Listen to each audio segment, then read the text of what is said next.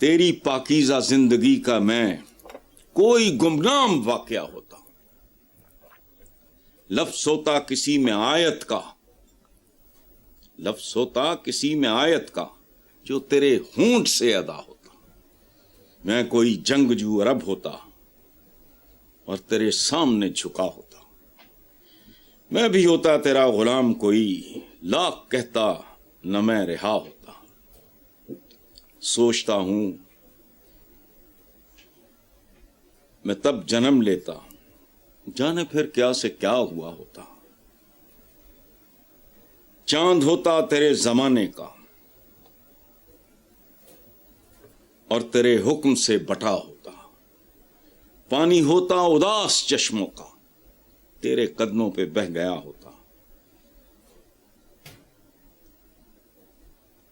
پودا ہوتا میں جلتے صحرا میں اور تیرے ہاتھ سے لگا ہوتا، تیری صحبت مجھے ملی ہوتی، میں بھی تب کتنا خوشنما ہوتا، مجھ پہ پڑتی جو تیری چشم کرم، آدمی کیا میں معجزہ ہوتا، ٹکڑا ہوتا میں ایک بادل کا اور تیرے ساتھ گھومتا ہوتا، آسماں ہوتا عہد نبوی کا، تجھ کو حیرت سے دیکھتا ہوتا، خاک ہوتا میں تیری گلیوں کی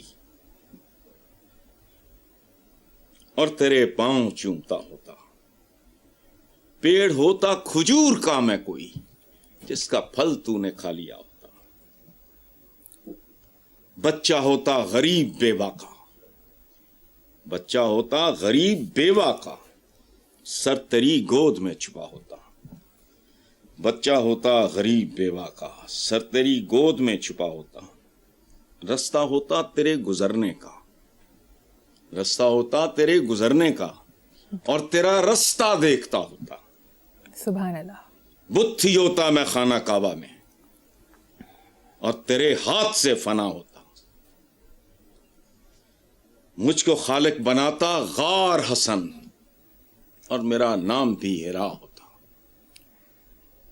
کوئی تعریف نہیں چونکہ دنیا کی کسی زبان میں۔ آقا کے بارے میں سیرت ہمارے یہاں بہت بحثیں چلتی ہیں مریم، نو ایشوز، میرے نزدیک وہ مسلمان ہی نہیں ہے جس کے لیے دو چیزیں کافی نہ ہو، کافی سے زیادہ نہ ہو، 1000 جنم بھی لے آدمی۔ قرآن پاک، میں کسی سے سن رہا تھا ترجمے سے پڑھنا ہوئے، انسان پڑھ بھی ترجمے پڑھ لو، وہ عربی سیکھ کے پڑھ کے مسلمان ہوئے بہت سے لوگ گورے۔ قرآن پاک سیرت النبی فنشڈ، کچھ نہیں چاہیے کسی کو، یہ سب بھول بھلائیاں ہیں، کافی ہے، ایک محبت کافی ہے، باقی عمر اضافی ہے۔ یہ میرا نہیں، محبوب خزاں صاحب کا شعر ہے، میں وضاحت کر دوں۔ اور یہ اتنے ڈھیٹ اور بے شرم لوگ ہیں، ایک دو لوگ ایویں گھر بیٹھے ہی بنے انہیں کی شیخ الاسلام فلانا، انہوں نے چربے چربے کرنے کی کوشش کی ہے اس نعت کی، یہ تو 30 سال پرانی نعت ہے۔ بہرحال شاید ہی آج تک کسی اخباری خبر کو سوال کے طور پر پیش کرتے ہوئے اتنی ذہنی اذیت کا شکار نہیں ہوئی جتنی یہ ہولناک اور شفاف خبر دیتے ہوئے ایک 3 سال کی معصوم بچی کو زیادتی کے بعد قتل کر دیا گیا۔ توبہ توبہ، کیا ایک انسانی معاشرہ اس حد تک بھی گر سکتا ہے؟ انسانی معاشرہ ہے ہی نہیں، یہ رہ نہیں گیا، اس کی وجوہات ہیں۔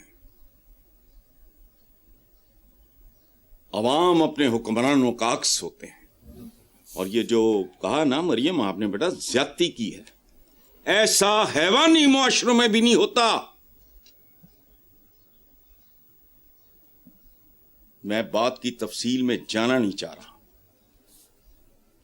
چونکہ کوفت ہوگی، حیوان یہ کام نہیں کرتا۔